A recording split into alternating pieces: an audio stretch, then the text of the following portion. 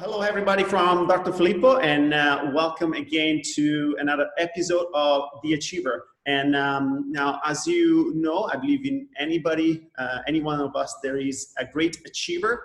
And in some of us is a bit of a sleep, in some of us is half awake, and other ones is fully awake. And I got Donald, and I think the achiever in him is wide awake. And Donald, he's been my first mentor as a chiropractor, and he taught me the great technique that I use and I love in chiropractic. So he helped me to achieve a greater passion for this profession. So I'll be always grateful for everything you taught me and everything you're still teaching me, because you know, when you see Donald teaching a seminars, is you're just amazed. It's like it's super passionate about what he does, and so I wanted to thank you for the impact you had on me, and in the hundreds and thousands of lives that you're mentoring and teaching. So thank you for being with us. Thank you, Filippo. That's very kind of you. Yeah, you're very welcome. So now the reason why I wanted to have you here, first of all, I wanted to ask you, Don. What's your why? What's the reason why you became a chiropractor? So the reason why I became a chiropractor is not as good as the reason I've stayed a chiropractor. So I became a chiropractor really because I was a soldier, and to put bluntly, I was a little bit. I was very ready for a new career. I'd fallen out of love with being a soldier. And I wanted to get as far away from it as possible. And just coincidentally, the day I decided to leave, my chiropractic friend phoned. So that was very symbiotic. But the reason I remain a chiropractor is because I love the effect that what we do has on people. And I love that of all the things I could possibly ever think about doing in life, what I do every day changes lives. And I know, I think when you've been a chiropractor for a little while, you know when the patient gets off the table, whether you've got it, whether you've achieved what I would call ease. And when you know that, there isn't a single person that gets off the table, I know these days, that doesn't achieve what I call ease. And if they don't, then I put them straight back down again because I haven't got it. But I love that fact that we change so many lives. And that's why I go to work every day with a skip as I walk through the door.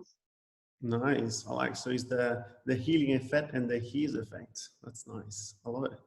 And yeah, I'm definitely motivated by results. I like numbers, but I'm much more motivated by the miracles and the results, really.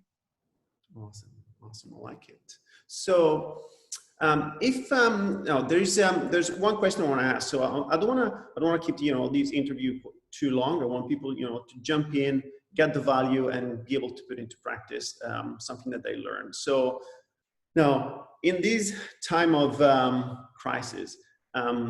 That's what they call it. What is one or two valuable tips that you can give to anybody that is watching so that they can still thrive in their lives? So the first thing is, there is nobody I've ever met who is not better for having a proper adjustment, for having a good adjustment. So whether we're in a time of crisis or in a time of great happiness and ease, there is nobody whose life is not improved by a good adjustment. There are people whose lives are made worse by a bad adjustment, but there's nobody whose lives aren't improved by a good adjustment.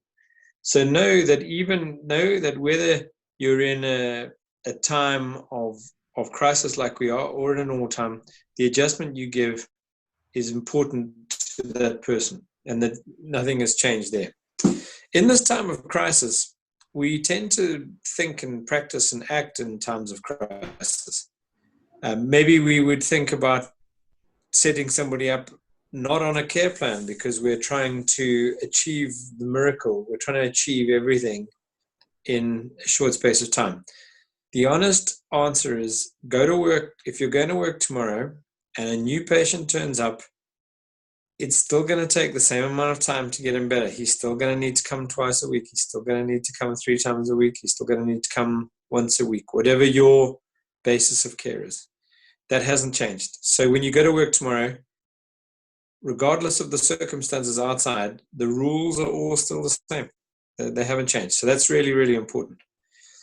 The second thing that in this time of crisis, we often tend to see ourselves as the solution. I believe that too. 3 of my patients who've had COVID-19 have all come through it very easily. And that doesn't mean it's chiropractic, but I'm very happy to hear about. But just because it's a time of crisis, we're not going to fix anybody like we don't fix anybody in normal time. If somebody's going to come in pain, just because it's time of crisis and we are available, we're not going to fix them any faster. Their body is still going to take the same amount of time to heal, still going to take everything the same. So when you go to work tomorrow, know that the first part of my thing is there is nobody whose life is not improved by a good adjustment. Regardless of whether you're sitting there as whether you're sitting there as Bolt, the 100-meter runner, or whether you're sitting there as an overweight pie eater. If you get a good adjustment, your body's going to function better. That holds true. Secondly, just because we're in a time of crisis, don't throw the rules out. Stick with the rules. If you have a protocol, go through it. Yeah, wear a mask, clean, whatever makes patients feel more at ease, but don't change it. Go to work and know that person is going to be better for your adjustment, better than they would be if they didn't see you. And that's really important. Nice. I like it. Stick to the rules even in time of crisis. Don't try to find shortcuts. And but there are a lot of chiropractors that now are not working. I mean, or not working fully functional. So a lot of I like what the message you sent to the profession. But what about those clients that are afraid to go out or afraid to come out and go to their chiropractors, or they don't have they don't know how to get back on a healthy routine? What would you say to them? So I think your whether you're at work now or not at work now probably reflects more your own philosophy of health than it does anything else. I personally am not afraid of coronavirus. I know our Prime Minister Boris Johnson has just been in a life or death situation. Mm-hmm. But the coronavirus will only cause you problems if your own immune system is not functioning. If your immune system is functioning normally, the coronavirus is no problem. Now, if you're Prime Minister and you've just fought an election and you're chairing one of the biggest crises in modern history, your adrenal gland, and you're working 15, 18 hours a day and you get sick, well, then you're likely to come down harder than somebody who is, working 7, 8 hours a day or not working at all. But the point is, it's all about whether you look after yourself or whether, and I am very healthy. So personally, I don't fear coronavirus myself. So going to work for me, I'm not worried about it. Now, I am worried about being a carrier, and that means that in work, I'm taking every precaution I can. I wear a mask. I wash my hands before and after every patient. I completely clean down the door handles so that I'm certain that. So you're talking about safety precautions that you're taking, cleaning endos. Yeah, no. So I'm not worried personally about getting it, but I am worried about becoming about passing it on unwittingly and becoming a center of the problem.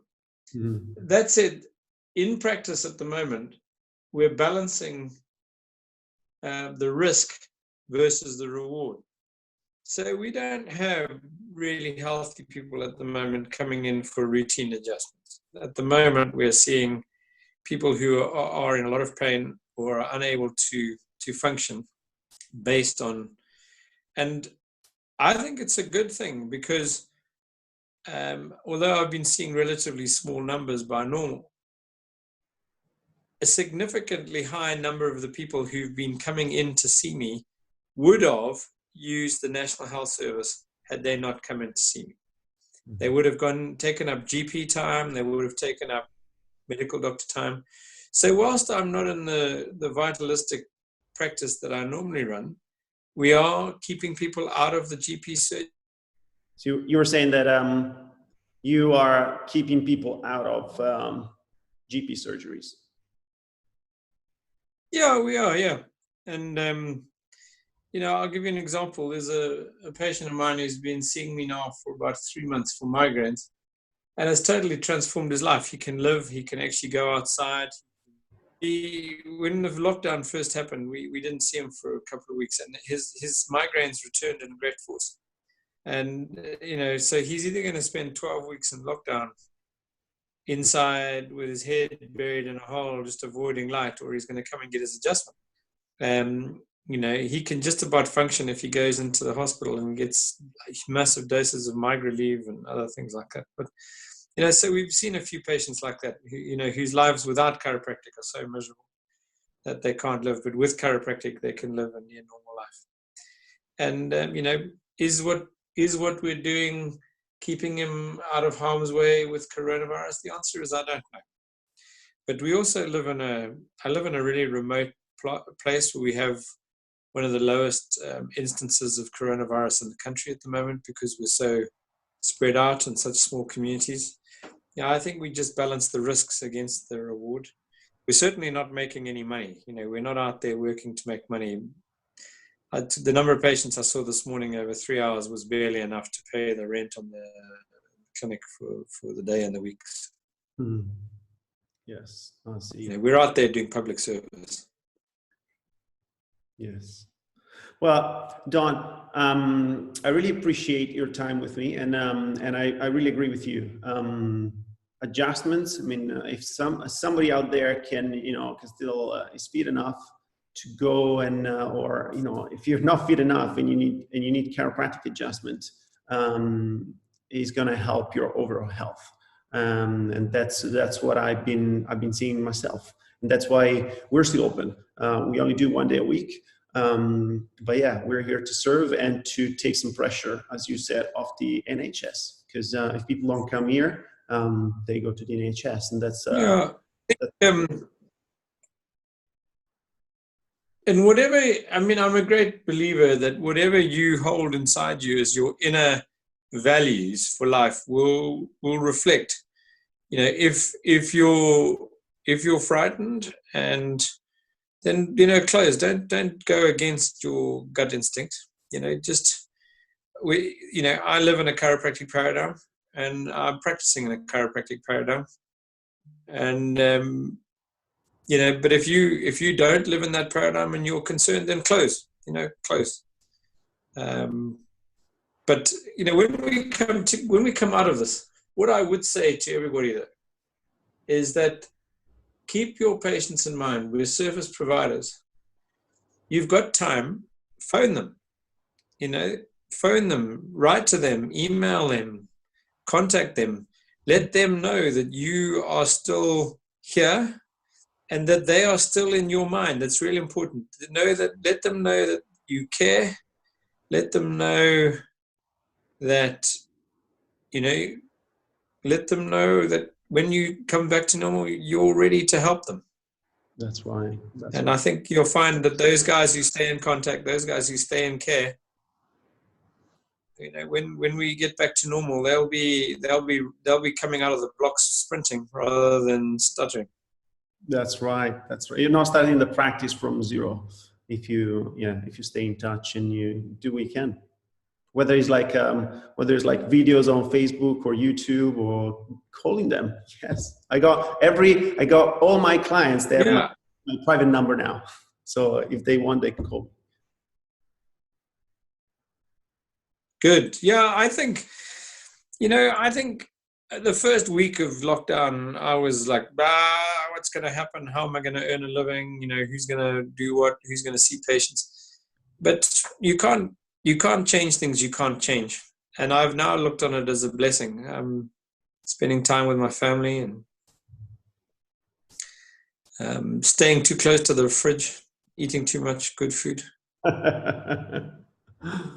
That's right. That's right. Cool. Hey, listen. I'm mindful of your time. I'm grateful for your time, for being here.